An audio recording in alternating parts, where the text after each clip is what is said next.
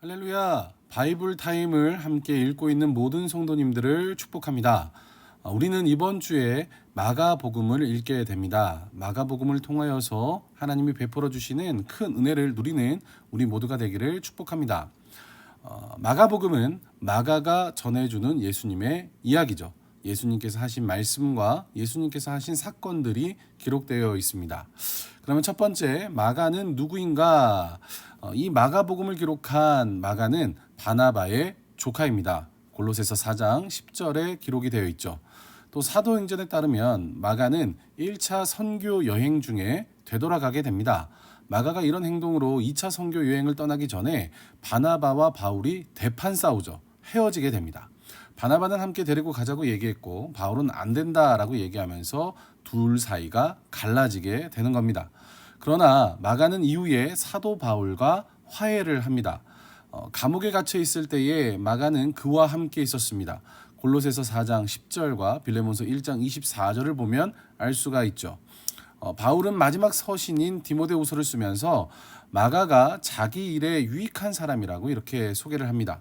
디모데후서 4장 11절에 기록하고 있습니다. 한번 실수한 이 마가가 다음에는 회개하고 돌아왔는데 이 바울의 평생의 동력자가 되는 거죠. 곁에 있는 사람들이 한번 또 관계가 틀어졌을 때 또 영원히 아주 끝까지 서로 원수처럼 지내는 것이 아니라 다시 만나 동력자가 되는 사건인 겁니다. 왜 그런 겁니까? 바로 예수님 안에 있기 때문에 그런 겁니다. 이 마가는 베드로와 그의 전도 사역 초기부터 함께 했습니다. 그러니까 베드로와 친했다는 거죠. 그래서 유독 마가복음을 보면 베드로와 연관된 사건이 굉장히 많이 기록되어 있습니다. 또 마가복음에 희한한 사건이 하나 기록되어 있는데 마가복음 14장 51절부터 52절을 보면 이런 기록이 있죠.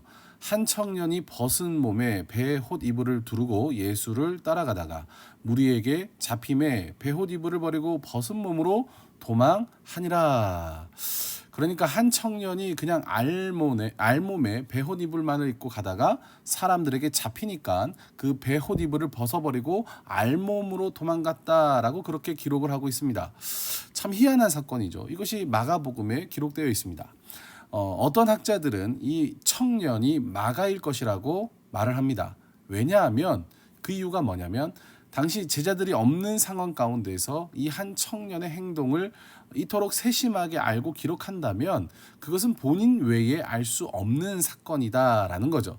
그래서 이 청년이 마가일 것이라고 추측을 하는 겁니다. 그러나 기록에 마가 본인이라고 기록되어 있지 않기 때문에 단정할 수는 없습니다. 마가는 예수님의 12 제자 명단에는 들어가 있지 않죠. 그러나 마가복음을 통해서 예수님의 이야기를 아주 박진감 있게 전해주는 사람인 겁니다. 그래서 너무나도 소중한 사람인 것이죠. 두 번째, 마가복음의 특징이 무엇이냐? 많은 학자들이 마가복음이 4개의 복음서 가운데 가장 먼저 기록되었다고 주장을 합니다. 마가는 주로 로마인들을 대상으로 기록을 했죠. 그러니까 로마 문화에 익숙한 이방인 출신의 그리스도인들 혹은 로마의 지배하에 있는 영토에서 예수님을 믿는 사람들을 주 대상으로 했다는 것입니다. 이 사람들은 로마의 지배하에 있는 크리스찬들로서 한 가지 질문이 있었죠. 그것은 뭐냐면 박해를 받으면서 로마의 핍박을 막 이렇게 받잖아요. 그런 자신들의 삶에 대한 질문이었습니다. 어떤 질문이냐? 과연 예수님은 교회와 성도들을 로마의 박해에서 지키실 수 있을까? 과연 내가 믿는 예수님이 이 로마의 이 핍박에서 성도들을 지킬 수 있는 것인가? 라는 이런 질문이 있었습니다. 당시 마가복음을 읽는 사람들의 삶의 정황이 이런 상황이었다는 겁니다. 그리 녹록치 않았습니다. 아주 어려운, 아주 힘겹게 신앙을 지켜야 하는 그런 상황이었습니다. 마가는 이 질문에 대답하기를 원했습니다. 마가는 마가복음을 통해서 이렇게 대답을 하는 것이죠. 뭡니까? 예수님은 어떤 세력에서든지 교회와 성도를 반드시 지키신다. 예수님은 승리자이시다. 이 대답을 마가는 이 마가복음을 통해서 하기를 원했습니다. 그래서 예수님은 진정한 메시아이시기 때문에 마가는 그 어떤 다른 복음서들보다도 이 예수님의 행동에 더욱 집중을 하게 됩니다. 마가복음을 읽다 보면 처음부터 빠르게 전개되는 것을 우리는 볼 수가 있습니다. 긴 서론이 없죠. 1장을 보면 그냥 세례 요한의 이야기를 짧게 기록하면서 바로 예수님의 이야기를 시작해버립니다. 예수님께서 복음을 전파하시고 귀신을 내쫓는 사건, 그리고 많은 사람들을 고치시는 사건을 1장부터 기록을 하고 있습니다. 그리고 또한 문체가 간결합니다. 그리고 직선적입니다. 이러한 문체로 예수님의 사건과 그 있으신 말씀을 하셨던 그 말씀들을 기록해 가기 때문에 마가복음을 읽으면 생동감이 있습니다. 박진감이 넘치죠. 그리고 4개의 복음서 가운데 길이가 가장 짧습니다. 그럼에도 불구하고 마가복음은 아주 파워 있게 예수님을 전해주고 있습니다. 예수님은 어떠한 세력, 그 어떠한 세력도 이길 수 있는 분, 어떠한 상황에서도 자기 사람들을 지키시는 진정한 메시아이심을 고백하고 있는 것입니다. 세 번째 주요 내용이 무엇이냐?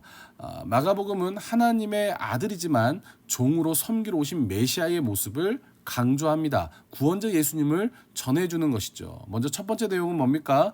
예수님은 하나님의 아들이시다라는 거예요. 그래서 마가복음 1장 1절은 이렇게 시작을 하죠. 하나님의 아들 예수 그리스도의 복음의 시작이라.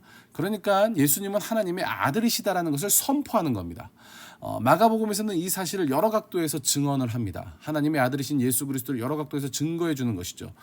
더러운 귀신 들린 사람들이 예수님을 만납니다. 그런데 놀라운 사실은 그들 안에 있는 귀신들이 먼저 예수님이 하나님의 아들이심을 알아차렸다는 겁니다. 그래서 마가복음 3장 11절에 보면 이렇게 얘기하죠. 더러운 귀신들도 어느 때든지 예수를 보면 앞에 엎드려 부르짖어 이르되 당신은 하나님의 아들이니다 하고 기록하고 있습니다. 그러니까 귀신들이 사람들이 예수가 하나님의 아들이심을 알아보았다는 것이죠. 믿는 건 아닙니다. 그냥 알아본 겁니다. 알아보는 거하고 믿는 건 다른 거죠.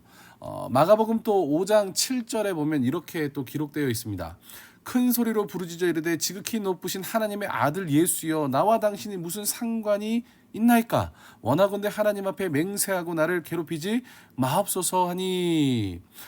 이처럼 영적 대적들까지도 예수님이 하나님의 아들이심을 알아보았다라고 마가는 기록하고 있습니다. 또한 마가복음 9장을 보면 아주 기가 막힌 사건이 기록되어 있죠. 예수님의 생애에서 아주 놀라운 사건인데 그것은 예수님이 산에 올라가셨을 때의 모습이 변형된 사건이었습니다. 구름이 와서 예수님과 제자들을 덮었고 구름 속에서 소리가 난 사건이에요. 마가는 그때 구름 가운데 난 소리를 정확하게 기록을 하고 있습니다. 마가복음 9장 7절에 바로 이런 소리였죠. 마치 구름이 와서 그들을 덮으며 구름 속에서 소리가 나되 이는 내 사랑하는 아들이니 너희는 그의 말을 들으라 하는지라. 아멘. 또 그 다음에 마가는 이어서 예수님이 십자가에서 숨을 거두실 때 옆을 지키고 있던 로마 백부장의 고백을 정확하게 또 기록을 합니다. 마가복음 15장 39절에 이렇게 고백을 하죠. 예수를 향하여 섰던 백부장이 그렇게 숨지심을 보고 이르되 이 사람은 진실로 하나님의 아들이었도다 하더라. 마가는 십자가를 지키고 있던 옆을 지키고 있던 로마 백부장의 입을 통해서 예수님이 하나님의 아들이었다라고 증언을 하고 있는 겁니다. 마치 이런 모습입니다. 예수님께서 길을 계속 걸어가고 있는데 그 옆에 있던 존재들이 많은 사람들이 예수님은 뭐다? 하나님의 아들입니다. 하나님의 아들입니다. 당신은 하나님의 아들이십니다. 라는 것을 계속 증언하는 것을 통해서 마가는 마가복음을 통해 예수님은 하나님의 아들이심을 증거하고 있는 겁니다. 두 번째 내용입니다. 예수님은 이 땅에 종으로 섬기러 오셨다라는 거죠. 예수님이 하나님의 아들이시라는 증언의 그 선을 따라서 마가복음을 읽어가다 보면 조금만 깊이 생각해 보면 상식적으로 이 증언, 즉 예수님은 하나님의 아들이시다라는 증언과 쉽게 조화가 되지 않는 한 가지 증언을 발견하게 됩니다. 그것은 하나님의 아들이신 예수님이 이 땅에 종으로 오셨다라는 거죠. 섬기러 오셨다는 거예요. 아니 하나님의 아들이라고 이렇게 증언하고 있는데 또 한편으로는 종으로 오셨다라는 것이 쉽게 조화가 안 되죠. 하나님의 아들이면 왕자이시고 굉장한 신분이시고 하나님이신데 어떻게 종으로 오실 수가 있느냐? 이게 조화가 안 되는 겁니다. 그런데 성경은 분명하게 이 사실을 증언하고 있죠. 마가는 이 증언을 우리에게 전해줍니다. 마가복음을 읽다 보면 예수님이 이 땅에 오신 목적을 말씀하시는 굉장히 인상 깊은 구절이 한 군데가 나옵니다. 바로 마가복음 10장 45절의 말씀입니다. 인자가 온 것은 섬김을 받으려 함이 아니라 도리어 섬기려 하고 자기 목숨을 많은 사람의 대속물로 주려 함이니라. 예수님은 섬기러 오셨습니다. 예수님은 본래 종이 아닙니다. 하나님의 아들이셨습니다. 그러나 스스로 낮추어서 종이 되셨습니다. 왜 낮추셨습니까? 사람을 살리기 위해서, 자신의 목숨을 대속물로 주기 위해서 사람이 되셨고 종처럼 낮추셨습니다. 대속물이 무엇입니까? 어떤 사람을 구해내기 위해 대신 지불되는 값을 말하는 거예요. 예수님은 사람을 구해내기 위해서 하나님의 아들이시면서도 종처럼 스스로 섬기러 오셨고 낮추셨습니다.